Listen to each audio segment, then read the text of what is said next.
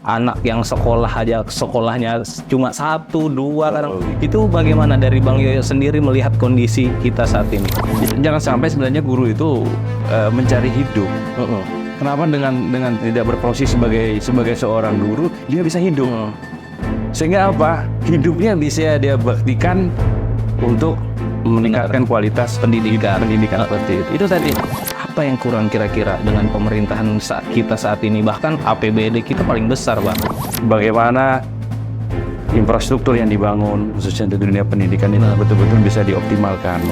Apabila nanti memang diberi rezeki nih, Bang Yoyo duduk di legislatif untuk tahun 2024, upaya apa aja nih yang bakal disalurkan tentunya untuk masyarakat Dapil Samarinda?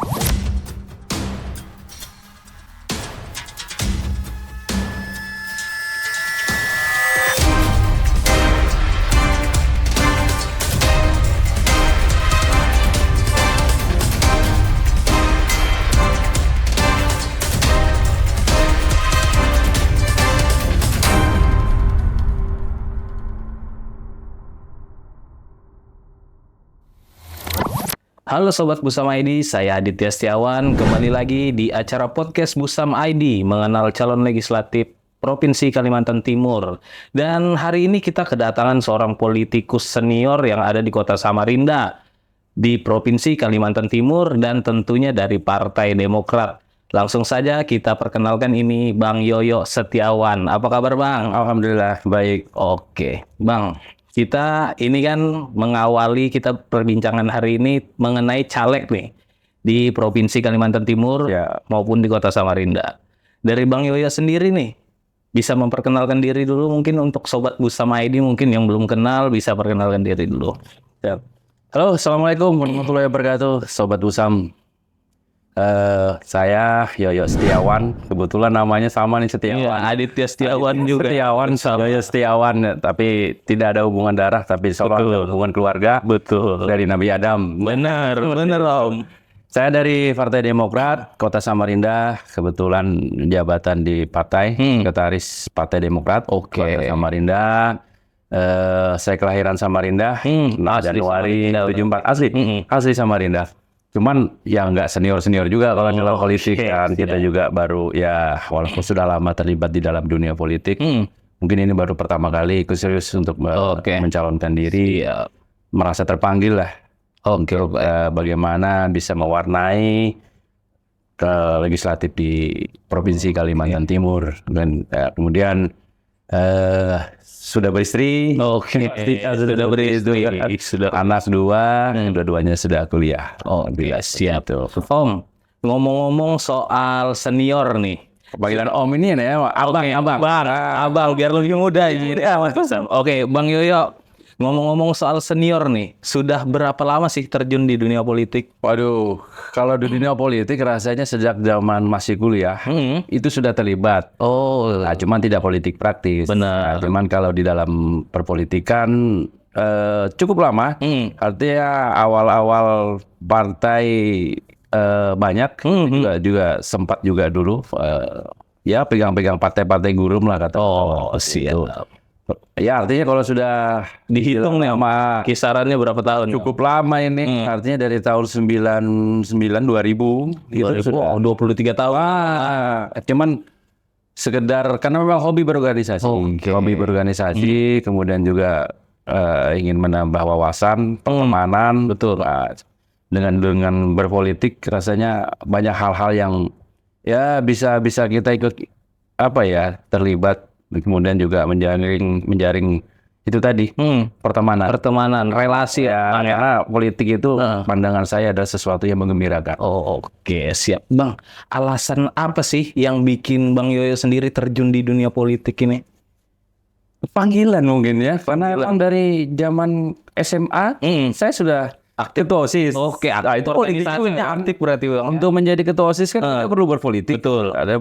Politik kan strategi. Bagaimana kita bisa merebut ya mungkin kata orang kekuasaan atau posisi itu juga memerlukan sebuah politik yang kita jalankan. Kemudian zaman saya kuliah juga ketua senat fakultas, ketua senat universitas. Betul. Saya ketua senat Fakultas Teknik Sipil. Kemudian juga jadi ketua senat mahasiswa Oke. Universitas 17 Agustus. Nah, Oke. kemudian dalam perjalanannya ada himpunan, organisasi juga saya, organisasi pengkaderan. Nah, mungkin karena masuk dalam organisasi pengkaderan itulah nilai-nilai politikus. Nah, politikus itu hadir di dalam hati, sehingga untuk keterlibatan di dalam organisasi dengan organisasi politik itu ya rasanya tinggal apa ya, masuk dalam wadah yang berbeda saja seperti itu. Siap. Untuk latar belakang sendiri nih Bang, dari keluarga adakah memang yang masuk di dunia politik? Dari ayah mungkin, ibu, kakek, gimana? Kalau politik praktis saya rasanya nggak ada keturunan. Nggak ada Bang ya? Kalau dari keturunan bapak ya, kakek saya tentara. Betul. Di zaman perjuangan dulu beliau tentara. Kemudian kalau bapak usahawan, pengusaha. usaha. Kalau dari ibu, kebetulan kalau dari ibu kakek beliau Kiai Haji Abdul Hasan. Oke. Nah itu kakek beliau, kakeknya ibu. Nah jadi mungkin ulama juga itu. Nggak ada, betul. Nggak ada keluarga yang terjun di dunia politik. Dari bapak, dari ibu, nggak ada. Cuman kalau di dalam organisasi ya mungkin karena darah dari kakek ya, mungkin organisasi yang berbeda. Oke, Sobat Pusama ini sudah dengar sendiri kan tadi penjelasan dari Bang Yoyo sendiri, memang beliau sudah aktif dari SMA, organisasi, dan kuliah, akhirnya sekarang terjun di dunia politik. Keputusan apa sih ini Bang yang memutuskan kenapa harus nyalek saat ini? Apakah sebelumnya sudah pernah nyalek atau gimana? Bisa diceritakan nih Bang. Dulu waktu masih menjadi ketua Partai Pemuda Indonesia, itu pernah. Tahun berapa itu Bang? Kilas baliknya nih. Tahun 2004 kalau nggak salah itu. Siap. Atau 2009, lupa saya. Itu pernah. Cuman nggak serius. Karena pada saat itu kebetulan saya ketua provinsi. Ya, itu juga dapilnya juga bukan di dapil Samarinda. Sekedar dia nggak pernah kampanye, nggak pernah apa segala macam. Itu pernah. Kemudian walaupun saya aktif di dunia politik, lebih kepada mensupport orang lain. Ya, ada beberapa ini yang kita balik layar berarti Bang ya. Lebih ya, sebutannya itu lebih sering di balik layar. Cuman dalam periodisasi terakhir ini ya kebetulan juga dari Partai Demokrat Kota Samarinda sebagai sekretaris, ya melihat ya mungkin ada waktu-waktu tertentu mesti diseriusin seperti itu. Nah, jadi kalau masih masalah terpilih itu kan urusan belakang. Betul. Masalah perjuangan itu memang harus ditancapkan di depan. Seperti itu. Jadi kenapa memilih saat ini untuk kembali nyalek lagi nih Bang? Untuk tahun 2020. Ada motivasi apa nih dari Bang Yoyo sendiri? Mungkin idealnya ya, karena yang menjadi seorang politikus itu ada hal-hal yang harus diperjuangkan. Nah, mungkin perjuangan menjadi seorang politikus itu kan cuma dua. Kalau yang secara otomatis, kalau tidak di legislatif ya di eksekutif. Nah, kebetulan saat ini di legislatif, kemudian ada juga tugas-tugas yang harus dijalankan sebagai seorang struktural partai, kemudian juga ya terpanggil untuk ikut meramaikan, untuk memberi warna, ya mudah-mudahan juga ide-ide, kemudian juga program yang menjadi platform perjuangan kami, yaitu perubahan, itu bisa membawa perubahan yang luar biasa nanti bagi Kalimantan Timur, khususnya dapil saya, dapil Samarinda. Seperti itu. Karena ada tiga hal yang menjadi landasan perjuangan saya. Pertama adalah pendidikan yang berkeadilan. Kemudian yang kedua kesehatan yang merata. Yang ketiga adalah UMKM yang tangguh dan sejahtera. Nah, tiga hal inilah yang menjadi platform perjuangan dasar saya untuk ikut majulah di dalam perhelatan pemilihan anggota legislatif Kalimantan Timur, seperti itu. Berarti tiga aspek tadi merupakan konsen dari seorang Bang Yoyo sendiri saat maju di legislatif nanti Bang. Karena memang selama ini, pertama kenapa mengambil dunia pendidikan? Karena dunia pendidikan itu aset masa depan bangsa. Betul. Karena tanpa pendidikan rasanya tidak ada kemajuan yang bisa kita dapatkan. Benar. Kenapa harus ada pendidikan yang berkeadilan? Karena masih terdapatnya ketimpangan juga. Pertama, kualitas pendidik. Terlalu jomblangnya kualitas pendidik antara Kalimantan di luar Jawa. Kalau di Jawa, khususnya ibu kota di daerah Jawa itu kenapa selalu menjadi sasaran dari anak-anak muda, anak-anak Pak, nanti saya sekolah di Jawa. Oh iya benar. Benar. Ya ini harus kita perjuangkan. Kenapa enggak Kalimantan Timur, khususnya Samarinda memiliki wadah-wadah atau instansi pendidikan yang betul-betul memiliki kualitas. Iya. Kenapa tidak orang luar sekolah ke Kalimantan Timur? Kenapa nggak harus Kalimantan Timur yang menjadi rujukan? Minimal Indonesia Timur. Benar. Kalimantan Timur atau khususnya Samarinda menjadi destinasi dunia pendidikan. Kenapa? Kualitas pendidiknya itu bagus. Nah, kenapa itu akan menghasilkan hasil jebolan-jebolan sekolah ataupun kuliah itu nanti akan memiliki kualitas yang luar biasa. Ini harus kita perjuangkan. Benar.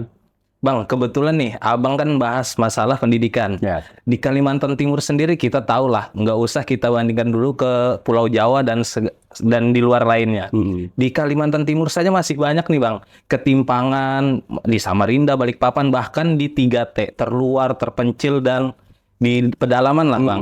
Itu kan masih banyak, tenaga pendidiknya kurang, fasilitasnya nggak ada, bahkan anak yang sekolahnya cuma 1, 2 kan. Itu bagaimana dari Bang Yoyo sendiri melihat kondisi kita saat ini? Ya itu tadi, kenapa itu menjadi salah satu aspek perjuangan yang coba nanti menjadi faktor yang saya konsen berjuang di situ. Karena memang saya ini kan hampir sudah keliling semua Kalimantan Timur ya. Kemarin juga ke Berau, bahkan sampai ke Kaltara juga melihat ada beberapa tempat ya sekolah walaupun sekarang ini juga ada kemajuan yang tapi itu tadi belum merata.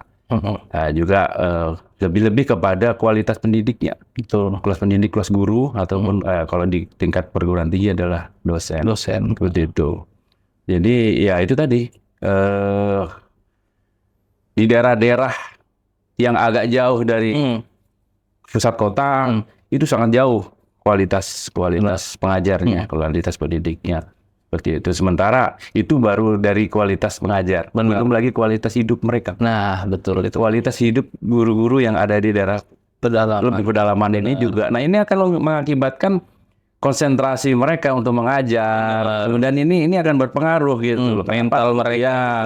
Mereka artinya jangan sampai sebenarnya guru itu mencari hidup. Kenapa dengan tidak berprofesi sebagai seorang guru dia bisa hidup? Sehingga apa? Hidupnya bisa dia baktikan untuk meningkatkan kualitas pendidikan seperti itu. Itu tadi. Bagaimana adil beri mereka kesejahteraan yang khusus yang di daerah pedalaman ya, di daerah dalam ya, jangankan di dalam pedalaman yang agak jauh, di daerah pinggiran kota Samarinda masih banyak, masih ada seperti itu. Nah inilah yang harus juga kita perjuangkan lah.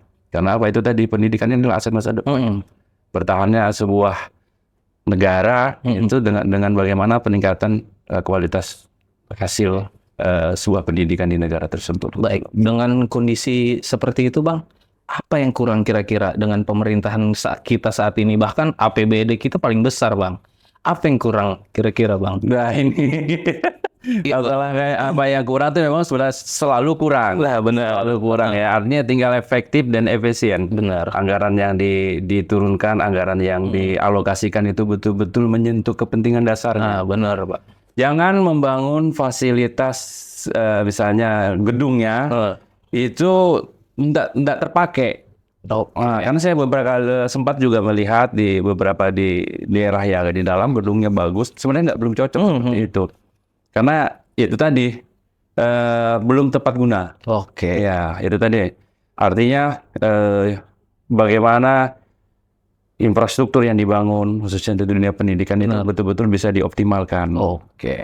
Nah, tapi yang paling penting saat ini saya lebih melihat kepada kualitas pendidiknya. Ini betul-betul harus ditingkatkan dari bagaimana kemampuan mereka mengajar, terlebih juga bagaimana kehidupan mereka, kesejahteraan guru itu menjadi perhatian kita. Kembali lagi tadi agar dengan profesi sebagai seorang guru mereka sudah bisa hidup. Gitu. Iya benar. Itu yang penting gitu. Karena kan mereka memang sebagai pemberi pendidikan kualitas untuk murid-muridnya. Karena kalau mereka saja tidak terperhatikan gimana dengan muridnya Bang ya?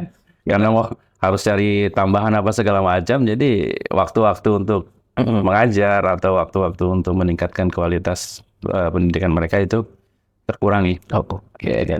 Tadi kan ada 3 aspek tuh Bang, yang concern dari Bang Yoyo sendiri. Apabila nanti memang diberi rezeki nih, Bang Yoyo duduk di legislatif untuk tahun 2024, upaya Amin. apa aja nih yang bakal disalurkan tentunya untuk masyarakat Dapil Samarinda? Ya, yang jelas pendataan terhadap apa yang dibutuhkan, itu tadi baik dari pendidikan, kesehatan dan lain-lain tadi ini harus betul-betul akurat bisa kita lakukan sehingga berdasarkan itu juga nanti yang menjadi kebijakan apa nanti yang bisa kita perjuangkan sebagai seorang legislator.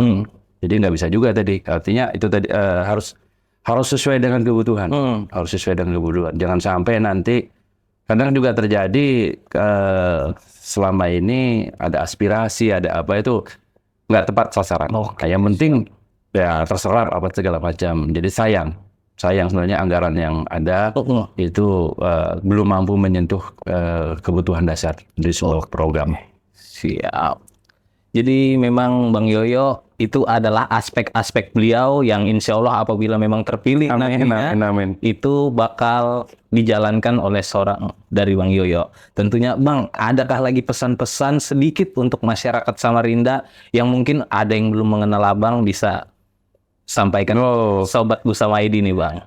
Oke, apa ya artinya ini mengalir saja, mengalir saja. Kalau ingin kenal sama saya, ya mungkin kalau di media sosial ada ya Setiawan segala macam nanti itu juga sudah ada. Kemudian juga lebih kepada bagaimana masyarakat Samarinda khususnya itu bisa menggunakan hak pilihnya di 2024 karena apa? Satu suara dari kawan-kawan, dari adik-adik, dari anak-anak yang memang memiliki hak pilih itu memiliki arti menentukan masa depan Kalimantan Timur khususnya Samarinda. Ya, artinya kalau merasa saya ini pantas, kayak monggo kita berada di dalam satu wadah, satu gerbong gerakan. Bagaimana saya ada namanya kumpulan sahabat setia. Sahabat setia One Samarinda. Samarinda. Kalau setia, kalau One itu kan kalau bahasa Banjar itu dengan. Iya. Jadi One setia dengan Samarinda. Ada nanti setia One Samarinda seperti itu. Siap. Mantap. Berarti memang Bang Yoyo sudah mempersiapkannya memang secara matang nih untuk maju menjadi calon legislatif di tahun depan nih Bang. Insya Allah. Nah, itu tadi. Lama saya berkecimpung di politik, lebih sering berada di belakang layar. Struktural, ya, lebih sering di belakang layar. Rasanya kali ini ya mudah-mudahan dengan posisi sudah menseriuskan diri untuk terlibat di pemilihan anggota legislatif ini, ya ada hal-hal baik lah nanti yang bisa kita, khususnya saya berikan. Karena namanya kita sebagai seorang warga Samarinda, ya mudah-mudahan memiliki keinginan dan ingin melihat bagaimana sih Samarinda ini ke depannya jauh lebih baik daripada saat ini seperti itu. Sebagai apapun, sebagai seorang politikus, sebagai seorang pegawai negeri, sebagai seorang usahawan, sebagai seorang pemuda. Nah ini kita lihat juga anak-anak muda saat ini karena bonus demografi tahun 2045 itu menjadi kekuatan nilai lebih dari negara ini. Tapi jangan sampai nanti bonus demografi itu menjadi nilai yang negatif, menjadi sisi lemah, menjadi sisi rusak. Kenapa? Kalau bonus demografi yang luar biasa nanti tidak disiapkan dengan pola pendidikan yang tepat. Nah ini tadi kenapa saya salah satunya concern nanti agar pendidikan di Kota Samarinda khususnya dan juga Kalimantan Timur ini menjadi barometer pendidikan di Indonesia. Benar. Ini memang kelihatan tidak gampang. Benar. Tapi kalau kita perjuangan paling tidak mengarah ke situ nanti bisa kita laksanakan dan bisa kita capai target-target tersebut gitu. Karena memang harus ada step-step yang dilakukan secara harus dimulai dulu. Betul. Harus dimulai dulu. Apalagi kita punya anak muda ini. Dunia gadget, media sosial macamnya cukup mempengaruhi. Benar. Informasi cepat. Ya, sangat-sangat cepat. Ya, sehingga ya saya luar biasa ini. Terima kasih dengan Busam ini bisa memberikan ini kan hal-hal yang insya Allah akan mengedukasi. Benar. Salah satu cara untuk menyampaikan hal-hal positif, terus menyampaikan berita-berita, kemudian juga menjadi sarana pendidikan juga. Betul. Di luar pendidikan kalau sekolah. Benar. Ini luar biasa ini yang punya Busam ini. Memang mudah-mudahan tetap konsen. Insya Allah bakal konsen terus karena memang ini salah satu langkah kita juga Bang untuk masyarakat Samarinda mengenal lebih dekat para calegnya mereka. Karena kan mereka memang harus bisa mengenali wakilnya mereka. Betul. Masa mereka wakilnya saja tidak kenal, bagaimana mereka mau menyampaikan aspirasi ini Bang? Betul. Nah Bang, ngomong-ngomong soal Demokrat sendiri, bergabung Demokrat mulai tahun berapa Bang? Saya bergabung Demokrat 2021. Ya, sekitar 2021 Bang ya.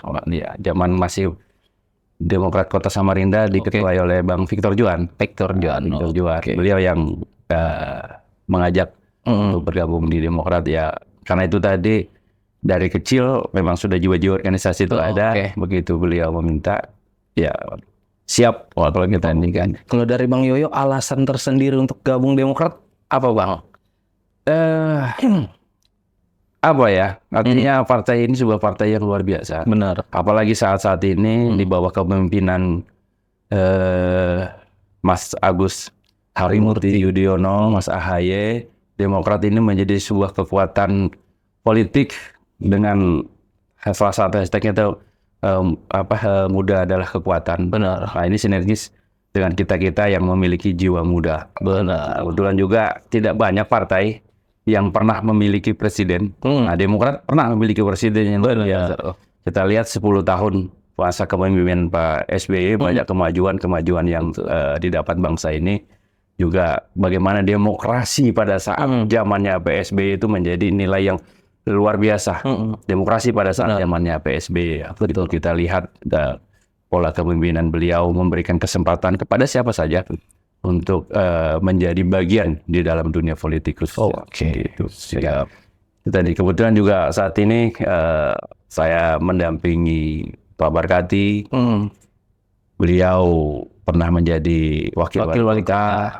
Kemudian juga sekarang ini beliau menjadi ketua Partai Demokrat Kota Samarinda, dan beliau mempercayakan saya untuk menjadi sekretaris. Nah, amanah ini juga menjadi sebuah kehormatan. Benar. Mudah-mudahan bisalah memberi nilai baik bagi partai maupun masyarakat Kota Samarinda. Daerah Kota Samarinda kan seperti itu. Karena itu tadi saya lahir di Kota Samarinda. Jadi memang setia Samarinda. Itu jangan lupa itu. Berarti memang putra daerah. Insya Allah sih seperti itu. Siap. Bang, ini kan kita membahas perihal elektabilitas Partai Demokrat sendiri kan saat ini memang masih konsisten di 5 besar, walaupun memang tidak sedikdaya dulu waktu masih zaman Pak SBY. Cuma gimana nih langkah dari Bang Yoyo sendiri sebagai calon legislatif, sebagai sekretaris DPC Partai Demokrat di Samarinda, kembali meyakinkan masyarakat untuk menjatuhkan pilihannya kepada Demokrat, khususnya Bang Yoyo sendiri. Apa nih Bang? Ya, karena kita pertama pokok perjuangan untuk Partai Demokrat kan perubahan untuk perbaikan. Nah, itu jadi hal-hal yang baik kita teruskan. Hal-hal yang sudah berada pada rule-nya kita jalankan. Hal-hal yang belum atau tidak baik, ya itulah yang akan kita perbaiki. Kenapa baru bisa kita perbaiki? Ya, untuk mencapai sebuah perubahan itu kita harus memiliki kemampuan untuk bukannya merebut ya, untuk memegang alur kebijakan. Nah, sehingga saat ini memang si Partai Demokrat untuk di provinsi, untuk DPRD provinsi baru 3. 2019 kemarin kita cuma mendapatkan 3 kursi, tapi insya Allah di 2024 ini kami memiliki keyakinan dengan semua platform perjuangan, kemudian dengan semua struktur perjuangan, struktur partai, struktur relawan juga termasuk juga orang-orang yang berafiliasi dengan Partai Demokrat Kalimantan Timur maupun Samarinda. Ini target-target kita ke depan ini insya Allah bisa tercapai untuk menjadi termasuk yang mayoritas lah di dalam DPR, baik DPR provinsi maupun di DPR kabupaten kota se-Kalimantan Timur. Apalagi saat ini DPR RI dari Partai Demokrat, kalau orang kenal itu Bang Irwan Peco. Ini salah satu talenta politik muda dari Partai Demokrat yang sudah mewarnai bukan hanya di Kalimantan Timur saja, tapi di Indonesia nasional. Nah, secara nasional inilah menginspirasi kita. Benar. Kenapa kita yang ada di daerah ini tidak percaya diri untuk tampil menjadi yang terbaik, atau Demokrat menjadi terbaik di daerah masing-masing. Seperti itu. Kemudian kalau sebagai sekretaris otomatis saya memiliki kewajiban bagaimana struktural Partai Demokrat Kota Samarinda ini menjadi bagian terpenting untuk memenangkan seluruh caleg-caleg yang ada di Partai Demokrat. Oke, lebih kepada dorongan kepada kader-kader lain. Iya, saya dari DPC, tapi nyaleknya di provinsi. Ya, mudah-mudahan dengan struktur yang ada ini bisa memberikan keyakinan bahwa insya Allah saya mampu memperjuangkan hal-hal yang menjadi pesan moral dari partai untuk diperjuangkan seperti itu. Oke. Jadi Sobat Busama ID tadi Bang Yoyo sendiri memang lebih banyak berbicara masalah muda, karena memang Demokrat ini tidak jauh dari kata muda-muda. Iya. Itu gimana nih Bang? Banyak banget sekarang caleg yang memang umurnya masih pada muda. Pesan-pesan apa yang pingin Bang Yoyo sampaikan nih? Terutama untuk caleg-caleg di Partai Demokrat. Pasti banyak juga yang muda nih Bang. Insya Allah. Ada beberapa, kita memang dipersyaratkan. Kemarin ada persentase caleg-caleg muda dari caleg khususnya di Kalimantan Timur. Untuk caleg provinsi ya. Kalau caleg provinsi juga banyak juga kita yang muda-muda ini maju. Artinya sebagai sahabat Demokrat, artinya kita memiliki keyakinan, kita juga menginginkan kawan-kawan muda dari Partai Demokrat ini memiliki keyakinan. Kita bisa. Ya itu tadi, muda adalah kekuatan. Kekuatan muda ini menjadi salah satu modal. Tapi bukan hanya sekedar maju. Platform perjuangan teman-teman yang muda ini ada untuk membawa perubahan. Mereka memiliki nama. Kita jangan lupa bahwa demografi pemilih untuk baik Gen Z maupun generasi milenial ini hampir 60%. Benar. Nah ini bagaimana nanti teman-teman muda ini bisa masuk di dalam persentase pemilih muda yang banyak itu tadi gitu. Artinya yakin aja. Artinya yakin bagaimana bisa membawa diri di masyarakat khususnya di lingkungan muda. Kemudian bagaimana bisa menarik teman-teman muda ini yakin bahwa yang muda pun nanti bisa membawa perubahan. Intinya para pemuda ini harus yakin dengan kapasitas yang ada bagi diri dia, Bang ya. Keyakinan itu juga dilandasi kualitas. Benar. Nah, jadi bukan hanya sekadar yakin aja, karena di Partai Demokrat sendiri caleg-caleg kita juga ada pendidikan politiknya. Jadi nanti ada beberapa kali kita melaksanakan pendidikan atau pembekalan politik. Pembekalan politik bukan hanya untuk bagaimana strategi sebagai seorang caleg, tetapi bagaimana nanti saat menjadi seorang anggota DPR. Jadi bukan hanya datang, duduk, dan diam. Nggak begitu. Harus sebagai seorang anggota DPR, fungsinya adalah bicara. Benar. Kalau saya selalu berbicara, ayo kita teriak. Benar.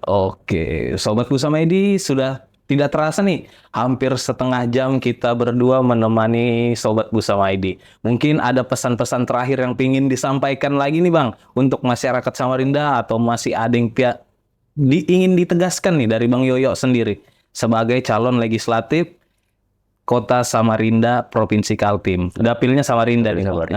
Jangan juga pesan terakhir ya. Kalau bisa nanti ada lagi satu. Walau masih ada. Benar. Satu saja, artinya masyarakat Kota Samarinda pada saat nanti 14 Februari 2024, ayo kita rame-rame datang ke TPS untuk menjalankan amanat konstitusi, mengaplikasikan hak kita sebagai seorang warga untuk memilih. Nah, Partai Demokrat memiliki berbagai macam kelebihan. Dengan hashtag kita muda adalah kekuatan, kita ingin melakukan sebuah perubahan, tentunya perubahan menuju arah kebaikan. Intinya jangan golput, Bang. Jangan golput, sayang, jangan. Karena kita tidak tahu suara kita bakal digunakan untuk apa, karena golput bukan pilihan, Bang ya.